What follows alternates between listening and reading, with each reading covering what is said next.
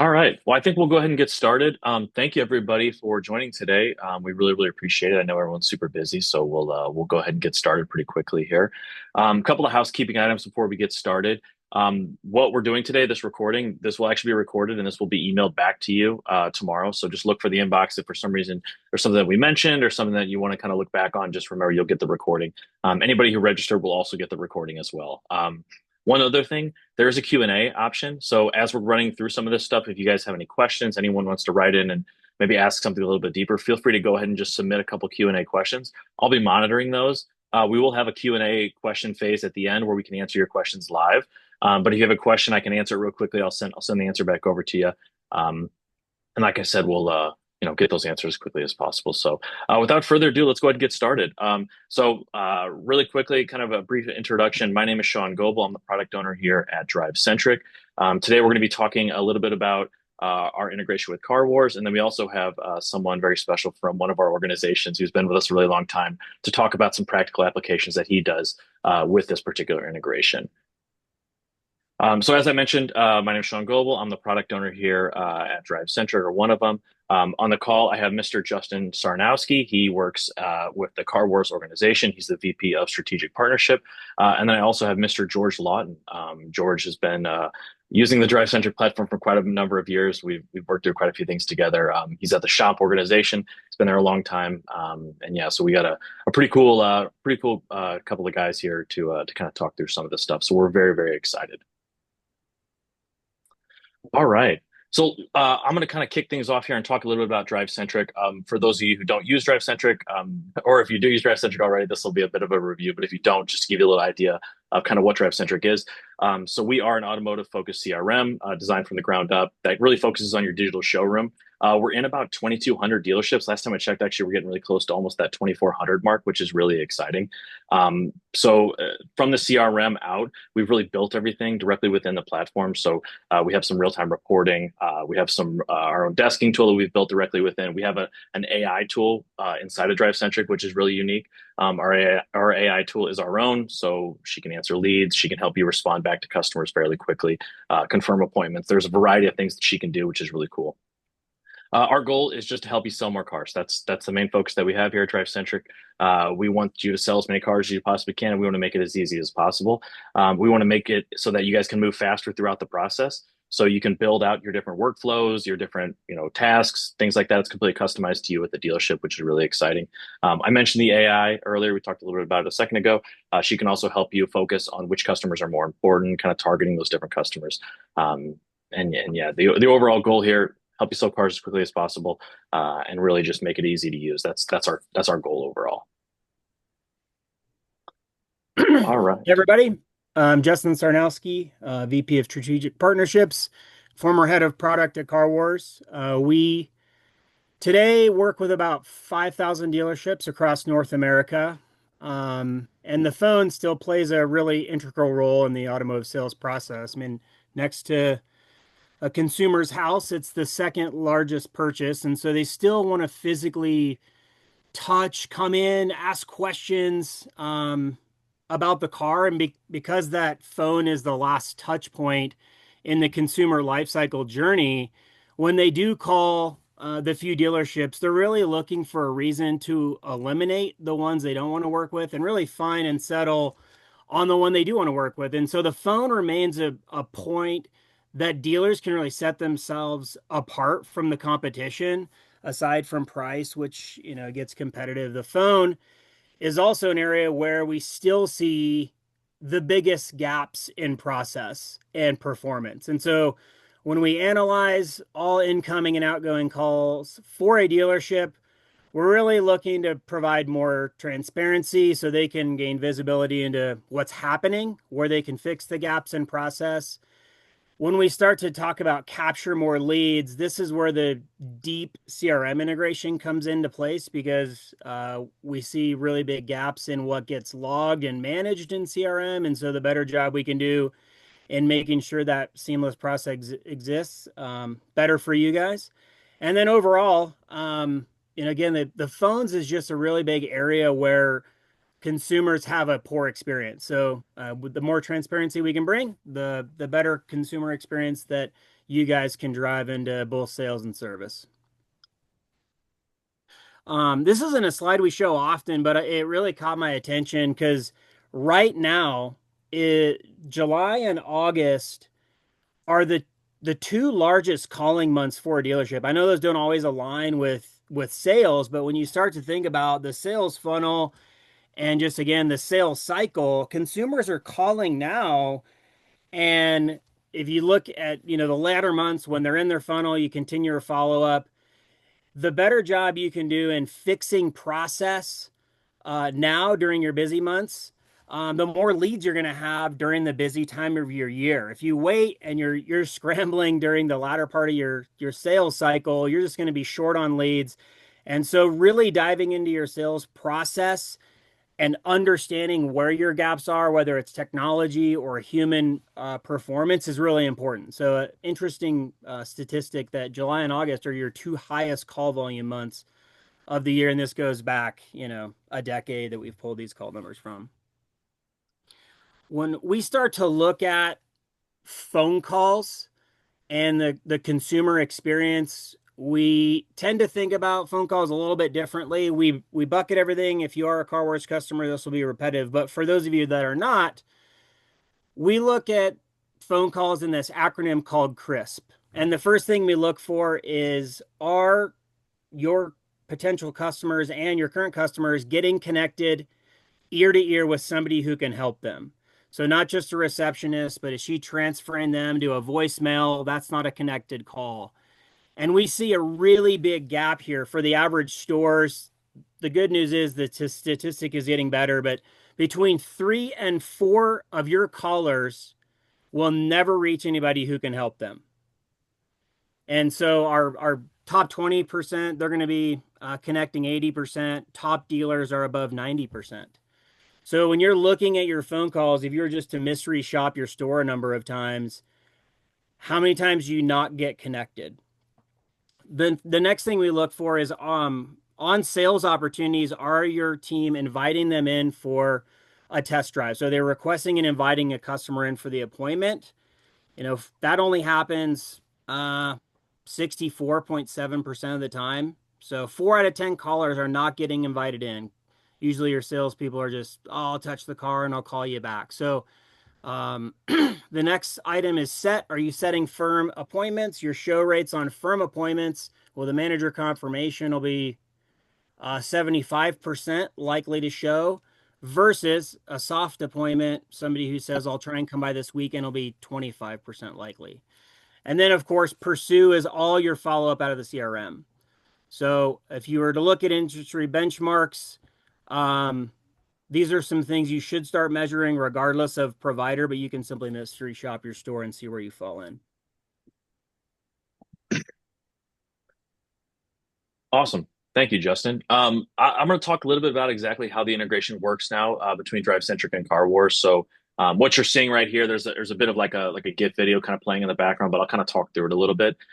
So inside DriveCentric, for the people who are not familiar with it, we have what we call a customer card. On the customer card is where you're going to complete all your different actions with the particular customer. What you can do with our integration with Car Wars is you can actually go into DriveCentric onto the customer card. There's a call button, as you can see right here. You select the call button and you can transfer that call to either your desk line or your cell phone. From there, you'll actually call the customer. You'll complete your phone call. As you hang up, the system will prompt you to go ahead and mark whether you had a conversation with a customer. Maybe you left a voicemail. Maybe they didn't have voicemail set up. Maybe you set an appointment. A couple different options for you there. And then you can also add your notes and you'll log that call directly in the CRM. What's nice is the visibility. That's great. So any managers that are on the call, you can see that action that actually took place. I know that's something that George and his team look at to see if the call actually did take place. It's in chronological order. So the more calls you make, you're going to see that activity timeline kind of fill up. Again, it's very, very easy to use. We just want to make it as easy as possible. The next thing I want to show is our call log section. So we actually had a question come through the Q&A as you were talking, Justin. So I'm going to answer this one. Hopefully it makes sense. Someone was asking about how you can see how you can do like a spot check to kind of see the follow-ups, the inbound calls, that type of a thing. This is where you can do it right here. So this is our call log section. So this is available for anybody in the CRM that has a particular permission. It's permission based, but you can go in, you can see all the calls that are inbound or outbound for the day. You can also filter back to look at this month, that type of a thing. You'll see customer's name, where it came from, what specific line it came from, if there's a deal or not on that particular customer. So maybe the customer just called in because they bought last week, or maybe they called in and we need to actually open up a deal. I know that's something George will talk about here in a little bit. You can see how long the call was, who it came from, all that kind of stuff. So it's a pretty cool, like overarching thing on what's happening on a day by day basis at your store. And then, like I mentioned, you can filter back and look at, more data sets if you would like to. All right. So I'm going to go ahead and pass it off to George here and let George jump in a little bit. Thanks, guys. I'll give a brief introduction to myself. I'm George. I've been in the industry since 2007, working in both internet sales and marketing and tech stack for dealerships for almost 20 years now. So very familiar with these products and use them every single day. Everything that they've been talking about with the CRISP metrics and the importance of connecting and requesting, setting appointments is really, really extremely relevant right now, based on the landscape that we're in with the current state of affairs. I mean, we've got tariffs are causing new car inventory to increase. I think incentives are going down. Used cars are getting or have been scarce for years. It's starting to recover, but it still has not gotten to where it was pre-pandemic levels. And so you just got this kind of amalgamation of all these things going on that makes it extremely important to get everything you can out of everything that you're getting into your CRM. So we've really leaned into the phones as a way to get incremental business and make sure that we're capitalizing on everything. And we do that through DriveCentric and Car Wars, obviously. And that's been really, really important for us because when you start to peel the layers back of what's going on with your calls and in your CRM, you'll start to see that there's missed opportunities slipping through the cracks all the time. And we're trying to minimize that and mitigate that. So Car Wars and DriveCentric have been great partner for us to get that done with all the things going on. And even the last bullet point here with the service and traffic optimization, we also monitor how many calls we're getting, how often we're connecting with our service calls. And we use Car Wars and DriveCentric to determine where our opportunities are coming from and get more strategic with our marketing spend and drive good opportunities that have a good closing percentage. Awesome. Thank you, George. Yep. All right. So right now we're going to kind of move into the live Q&A phase where Justin and I are just going to pepper George with a ton of different questions that we kind of have ready to go here. Again, if you guys have any questions, please feel free to send them in. But yeah, we're just going to kind of walk through a couple different things with George. George has been using DriveCentric and Car Wars for a very, very long time. So he's kind of a good subject matter expert. We're trying to stump him a couple times if we can, if it's possible. I'll go ahead and kick things off here. The first question I have, George, tell us a little bit about your start with DriveCentric and Car Wars. Yeah, well, as I mentioned, I've been in the business since 2007. And when I first started, the dealership group that I was at was using Car Wars. This was before it was called Car Wars. It was called Century Interactive or Call Measurement. So I've actually been using Car Wars ever since I started in automotive almost 18 years ago. And to be honest, I was a little bit hesitant when our organization decided to switch to DriveCentric because I had been very familiar with the CRM we were using up to that point in time, which was Dealer Socket. And when I heard that it was going to introduce some new challenges with integrations and it wasn't going to be what I was used to, I was a little bit hesitant to switch, but ultimately the organization made that decision. We did a switch right during the COVID lockdowns, which was a really interesting time to implement it and bring on a new CRM when everything in the world is like chaotic, right? So it's chaos outside of work and chaos at work as well. But once we did make the switch, one of the things I was really, really appreciative of is I told the Car Wars team and the DriveCentric team that I was trying to replicate what I'd done with a previous CRM. They got me connected with the top dogs. They got me connected with Justin. Justin and I met in person. And then we jumped on calls with people at DriveCentric. We worked together to figure out how we wanted to make this integration work for our group. And it was a fantastic experience. And since then, I'm very happy with the move to DriveCentric. Not only do I think it's a superior CRM to any other CRM out there, but by bringing in the intel that I needed from Car Wars to make good business decisions, we've seen great growth over that period of time. Awesome. Thanks, George. Yep. All right, one more for me, and then I'm going to pass it off to Justin, I promise. So what's one insight from Car Wars and the DriveCentric integration that's made a real impact for you? Well, I'll tell you this one scenario. So when we started to bring sales calls into our CRM and it created full visibility on every single call that was coming in, one of the most impactful things that happened right away, there was a specific customer who called and spoke to a salesperson. They'd seen a car driving by a lot, by one of the lots, and decided to call and ask this salesperson about what car that was and the details. And the salesperson really botched the call. He didn't really get their information. He gave them very rudimentary answers, but he didn't ask if he could follow up, didn't try to set an appointment, and basically just ended the call as a basic conversation. There was no sales emphasis on that call whatsoever. But then it came into the CRM, and we have people and our managers reviewing those calls. So a manager listened to that call and said, I'm going to call this customer back and figure out what's going on. And it turned out it was the owner of a local Molly Maid. Molly Maid is a company that does, yeah, like that. They do house cleaning work. And every car that they buy is that kind of blue shade. So they'd seen a blue car like that. And they just wanted to know what it was and some specs. And so when the manager called that person back, it led to a four-car deal. They were adding cars to their fleet. And that would have been a missed opportunity that we never would have known about had the salesperson or because the salesperson hadn't logged the call, hadn't done anything with it, but it was in our CRM, so we knew that we needed to call that person back, and it turned into a four car deal. Wow, that's awesome.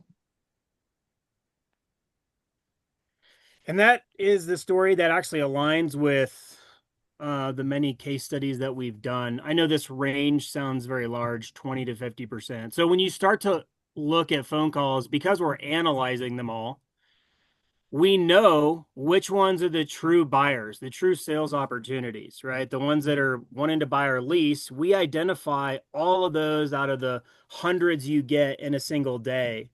And when we've cross-referenced, did this actually get logged in the CRM? We worked with stores to physically look in across an entire month and see, did these leads actually get logged? Good stores, good operators will not log and they'll miss 20% of their phone leads. Poor stores miss as much as 50%. And this occurs for many reasons. You get salespeople pre-qualifying. Oh, that guy's not a buyer because they just wanted a specific color. He's not a serious shopper, so I'm not going to put him in because I don't want my manager to hound me about calling them back. But ultimately, these are the store's leads that should be logged. And if you have a great CRM like DriveCentric, once they're logged, you have all the follow-up process that can kick in, all the automated AI tools that can relieve a lot of that workload from a salesperson. But that doesn't happen without it first getting logged. So, this is industry wide across many different CRMs. We see a better statistic of logging for sure with DriveCentric, but realize that if you don't monitor your phone calls every single day, and it is a manager's job to do that, you certainly have revenue slipping through the cracks. So I think for those managers or BDC managers, who's doing it when your day off is occurring? GMs, who is assigned daily from the sales tower to clean out your phone bucket or your call log and make sure everything's getting logged. This needs to be somebody's job every single day without fail. And to George's point, as you listen to these calls, instinctively your top performing managers are going to know, oh, I need to TO that one and call them back. You're going to get them in there, near immediately, and you've got time to save that consumer before they deflect to somebody else. So this is not immune. Even our owner stores, who are really great operators, will miss a lot of opportunity that they have to go through daily. Awesome. All right. Um, One question I have for you, George. How is having the full call visibility help you like spot check opportunities inside of DriveCentric? has it helped you, not miss things? I know you guys have a bit of a unique setup at your organization, but maybe you can talk a little bit about that and then kind of what you look at, like Justin mentioned. What are you guys looking at on like a day-to-day basis to make sure you're not missing anything? Yeah, so we do have a unique setup. So I think it's important that I kind of start with that because there's two ways that Car Wars can integrate into your CRM. They can integrate so that every single call comes in and you have either way, every single call is going to go into the CRM and you have a record of it. But they have a native integration where it's really designed to get every call attached to like existing leads. And so from the time that you take a new lead or a new showroom visit or an internet lead, whatever it is, all of the activity that's performed, whether inbound or outbound or text, is going in the CRM. So you have that full visibility on what's going on through the entire customer journey, whether it's inbound call, outbound call, text message. But what we do that's unique from most dealers is when it's a net new sales opportunity. So somebody finds one of our cars on our website, AutoTrader, Cars.com, Carfax, wherever, that opportunity gets shared into the CRM as an actual lead. It gets shared in as an ADF XML, so it hits the CRM just like an internet lead. And so by doing so, we know exactly how many new opportunities we're getting a day, and we know from what sources they're coming. You can see here in this slide in the source Mhm. description, when people are calling from Google or Apple Maps or AutoTraderCars.com, so on and so forth. So we want to make sure that we get every time somebody picks up the phone, calls our dealership and hits the prompt for sales, that is then going into the CRM. And so then we can measure how many opportunities we're getting. Nothing slips through the cracks. And then once it's in there, we use the native integration between DriveCentric and Car Wars to monitor the inbound and outbound activity that happens on that opportunity from the time it comes in. So not only do we measure how many opportunities we get and where we're getting them, we then measure, okay, once we get them, how many activities does it require, kind of on average, to move this customer through the sales process and through the funnel. And we measure both of those metrics very intently. Gotcha. What was it like kind of trying to get everyone on board with going through that particular process, George? I mean, what was the kind of the buy-in? We had a question here about how the buy-in was to get everyone in the store kind of bought into the new processes and things like that. Yeah, no, I saw that. That's a great question. Um, Brute force and talking down to no, I'm kidding. What we would do is bring it to the attention of the managers and kind of use the inspiration of, hey, look, you didn't log this call, or you didn't pay attention to this one, and then show them the importance of every single opportunity. And one of the things that one of the metrics that I think is extremely important that gets often overlooked in automotive is usually in a traditional setup, you have, desk managers who are kind of responsible for the floor traffic and they're really monitoring that traffic intently. Then you have somebody typically who oversees internet leads, like an internet manager, and their job is to make sure all these internet leads are followed up with and make sure that those processes are firing off correctly. But I think that it's fairly common that you kind of leave your phone calls just like whatever. People don't really pay huge attention to the phone calls, specifically the inbound phone calls. And it's crazy to me because phone calls close at least twice the percentage that of internet leads. You don't get as many of them. You're going to get more internet leads. They provide the quantity, but the quality are the phone calls. So aside from somebody in your showroom, an inbound phone call is the highest closing percentage opportunity you can get. And I think it's a disgrace that we are not paying more attention to it. And that's what we're trying to change here. Well said. Well said. All right. Yeah, so when George talked about all the follow-up and tasks, I know we talked about earlier today the connection of a call. And where we tend to see a big breakdown in process is on return calls to the dealership. So imagine, you've got a lead, whether it's phone or internet, and you've now got to call that customer back. Whenever you call from the dealership, the consumer is going to see some caller ID line, right? Whether that's your main store line, it could be a single caller ID for your store. Number one, you want to make sure that line is registered with whoever you use for spam or carrier registration. Basically, you register that line to your business so you don't show up as spam. We do that for every single line that gets displayed to a consumer for all of our stores. But that's really important. Where we've seen a trend is a lot of stores just want every agent to have their own line that they can put on their business card. That way, if it is called or texted, everything goes in the CRM. So if I call that number on their business card, it goes directly to the agent that gave me the card or who I'm working with. If I text it, that text goes automatically into DriveCentric. And this has helped tremendously with that consumer experience because what you often get, if you're doing a call out of your CRM or from your store that's not a DriveCentric customer, they're often just seeing one general number and they call it back and it goes to the receptionist, right? Imagine you're a consumer, salesperson's calling me. I see this number and I'm busy. I call it back when I have some free time and it goes directly to the receptionist. And she says, I don't know who called you. And so it's just a clunky consumer experience. It's ideal if I call it back, it goes directly to the salesperson who called me or who I'm working with. And then if they don't answer, we've got some overflow options to send it to a sales tower to keep that consumer, connected because they're calling when they have time. So these are really important, both that you've got a seamless integration to text directly into the CRM. That's really unique to DriveCentric. I think they're one of the only ones, if one of the few, that does a native text integration directly into CRM. Everything is outside. And if a consumer wants to text, I think you should encourage your salespeople to do and communicate on the method they've chosen. So all that to say, agent lines has really solved a big problem. It allows every agent to use click to call because they're not worried about people skating their deals. And then you get all the outbound reporting that you might want for all your sales staff.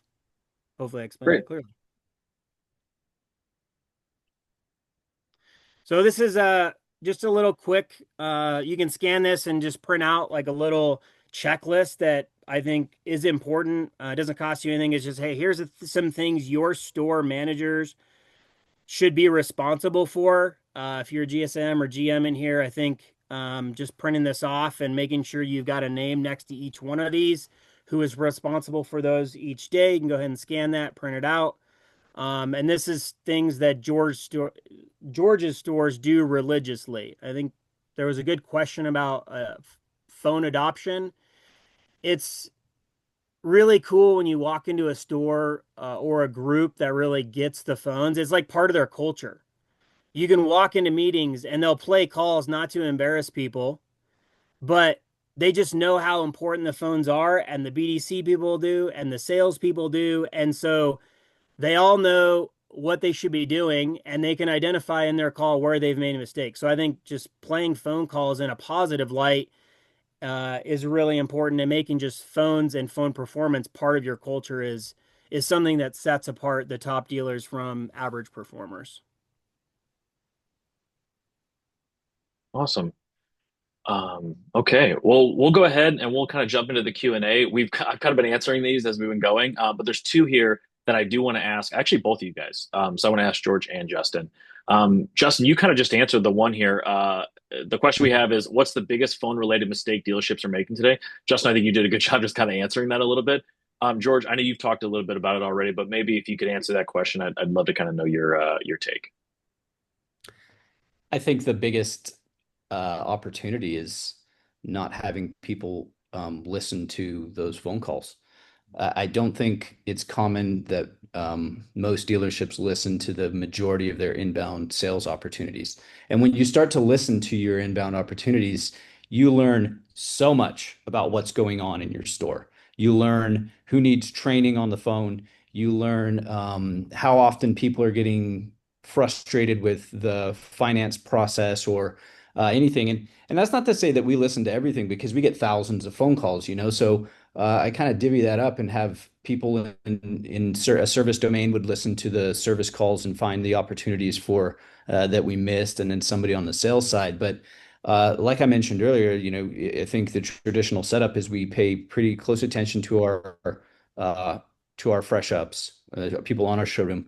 Usually, you have somebody overseeing internet leads, and then the phone just kind of sits out there in its own little island in most setups. And I think that is the biggest opportunity because those once you start owning the phone, you start to learn what your shortcomings are within your group and what salespeople need additional training, then you can address that and you can make big changes in a very short period of time. And I'll tell you that one of the things that's really interesting right now in 2025 is many of the people who are joining the workforce, at least on the sales side, tend to be younger. They didn't grow up talking on the phone. I'm an 80s baby, so we talked on the phone. That's what we did. But they do, they have chat and instant messenger and all these things. So just in general, they're not as confident, they're not as competent on the phone, and you need to discover who needs those training opportunities and bring them up to speed because the people who are calling on the phone typically tend to be the people in a very well positioned to buy. And so you have to have people, you got buyers calling on the phone to people who don't know really how to handle a phone call. You need to fix that. Gotcha. Well said. All right, I have one here, and I want to ask both of you guys this. The question is, what metrics should we be tracking to know if our phone strategy is actually working? So I'm curious if you guys your metrics line up for both of you guys. I don't know if you want to start, Justin. Some metrics that maybe you guys look at, and then George, I'm curious what kind of sort of metrics you guys kind of look at on your side. Yeah, even if you're not a Car Wars customer, I think those Chris metrics still apply, and you could call your store multiple times and see, again, you mystery shop your own store, you find a lot of interesting things where your breakdowns in transferring process are. So again, not just answering calls, because if you've got a receptionist, that's great, but she's now handling every piece of revenue that comes through your store. And that tends to be a bottleneck. So if she's taking breaks or lunch or she's busy or call volume is just really high, if you've only got one person or one receptionist taking all your calls and transferring, it's really important to understand, can she keep up and can she do it? So number one, how well are you connecting customers to somebody who can help, whether that's sales or service? Because if you don't connect calls and they just hit voicemail and service, you're not booking appointments. So that's the first thing I would look at. And then second is just to George's point, how are your people performing in getting that customer to the store, right? That's the most important piece. And the newer salespeople, because they're not comfortable, they tend to want to get off the call as quickly as possible to get prepared. They just tend to be order takers. And so if they've got an inventory call and they're not comfortable, they're going to say, oh, well, let me just collect my information. Let me go touch the car. I'll call you back. And then they've got everything ready. And now they've got to call that customer. It's going to take them 10 times to get them back on the phone. And now that consumer is going to continue calling all your competitors around you. So making sure that you are asking for an appointment and sticking your best people on the phone, because again, George mentioned the phone lead is your second best lead. The salespeople know those are hot leads. And sometimes the people taking all of your phone leads are not your best performers. They're just cherry picking and you're dropping a ton of opportunity. So I would put my strong performers on the phone. Go ahead, Yeah. George. No, 100%, man. What you did, that situation you just described drives me crazy. When somebody calls in asking for information, let me go put my hands on this car and I'll call you back. What are we doing? You're talking to a live person. You need to keep that going for as long as possible. So, those are the metrics that we look at to know if our phone strategy is working is, okay, how often are we connecting with somebody who can actually help them? Once we do that, how often are we requesting an appointment? And then what percentage of the time are we setting an appointment? And Car Wars does a nice job of breaking that down, whether it's a what they call a hard set or a soft set with a firm date and time, or just a kind of a loose appointment. And through our integration since everything comes in and creates a lead, it has a link to where we can listen to that call within Car Wars. So you click that link, it brings you into Car Wars and it gives you an entire summary of the call, lets you see exactly how long it was it was going on for. If you've done voice recognition, you can tell right away. If your staff has done voice recognition, you can tell right away who took that call. And then so Car Wars then takes all of those metrics and summarizes them, and we look at that weekly and monthly about how many calls each agent took, how often they were connecting, how often they're requesting and setting appointments, and that gives us insights into who needs coaching on the phone. I did see a question earlier. Somebody was asking if there's real-time alerts, which Car Wars does have. They send real-time alerts. If somebody botches a call, they can send it to a manager or a distribution list of people who need to be notified of that. So we get those alerts in pretty much in real time, and then we look at the metrics on a larger scale to see who's doing well, who needs additional training, and who maybe should never answer the phone ever again in their life. Oh man. Well said. Well said. All right, I got one more, George. This one's probably for you. What is the industry best practice for routing inbound sales calls if you don't have a BDC? Sales manager, sales floor, internet team, reception to distribute. Um, yeah, what do you think is the best way to do that if you don't have a BDC? Yeah, well, we don't have a dedicated BDC for our sales team, nor do we have receptionists. So the way that we have it set up is when a new sales call comes in, it hits a phone kind of queue, and then the people who are logged into the queue that day, anybody can grab that phone call. And then once they grab that phone call, it's their call as long as it's not an existing customer looking to speak to somebody else. But when we have a situation where maybe half the people are on their lunch break and the other people are on a test drive or whatever it may be, we have what's called a fallback. So we set that up through Car Wars as well, so that if it rings and it does not get answered within 3 rings, it will then route to a destination that we choose. And what we have that route to the rest of the sales team and or the managers, so that we try to mitigate against any phone call that's completely missed. Granted, sometimes it does happen when on a Saturday when we're really, really busy or something like that. But the nice thing about it is, even if we do have a missed sales call that comes in that nobody answers, it's then in our CRM, bing, right up on the sidebar. There's a new sales call lead, and we just click it. Okay, yep, nobody answered that one. We need to call them back, and then we get right after it. Awesome. All Yeah, that's a good right. question. I mean, I would say we've seen numerous, scenarios or setups be successful. I think the most important thing is just to inspect what you expect. If you don't have a BDC, and obviously, that's a big investment to have that many people, a hybrid sometimes really works well. Like if you've got area within a sales tower that you can ring inbound phone leads to. Sometimes stores will have their salespeople come work a certain portion of the day, and then they've got some time to take inbound leads when they're there. Managers can overhear how they're handling phone calls in real time. If they're not taking inbound leads, obviously they can do all of their outbound follow up when they're kind of in a sales tower. Especially for newer folks, that can tend to work well just because you get some transparency into what's happening on your inbound calls. If you're just blasting them out to a sales floor and it's a free for all, while that might work well if you're listening to them and really on top of it, um, that's where deals can go to die as well because you just don't know who's taking them or uh, don't are not managing them as effectively. So sometimes Well, having more control over that routing process can help. I'm glad that you brought that up, Justin, because that is, and forgive me for not mentioning that before. In my opinion, that is the best practice. Some of our stores have that set up where there's a specific room where the phone calls are routed. Some of them just based on the way that the building is constructed, it's not really conducive to that environment. But those that do have an environment like that, we send it to a specific room where you have a few people sitting there. And what you mentioned right now about having a manager in there who can listen to those calls, I think is really, really important because, a manager is listening to the call. Maybe he's only hearing one side of it, but he can tell right away, or he or she can tell if phone call starts to go south. And then they can either say, put them on hold, let me take over. They can transfer the call, or they can load their lips and tell them what they need to do next. You'll also catch those opportunities. Oh, let me put my hands on this car and call you back.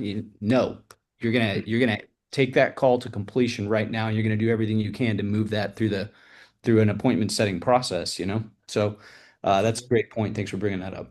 Yeah, you bet. And again, this is if they get better on the phone, they're going to make money. So if your managers can teach and coach in a positive way where it's not micromanaging and it's not negative, if salespeople and BDC agents get better on the phone, they're going to make more money. And that's kind of where I've seen the best performance and best adoption take place, is when they understand managers aren't there to make their lives difficult or poor. It's just, hey, if you get better on the phone, we're all going to make more money. Right. And that's the buy-in that that is what leads to the buy-in is more money. Agreed. All right. So I know we just did a lot of Q&A. Any questions? I know we're at about 40 after right now. Any other questions from anybody that's joined? Any other questions?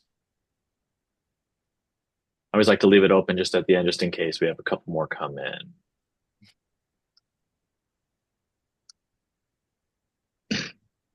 Okay, no more questions. Thank you everyone for attending today. Thank you, Justin. Thank you, George. I know you guys are super busy. Thank you both for taking time out of your day to join this. Thank you everyone who joined. Again, you'll get a recording of this. They'll get sent to your email tomorrow.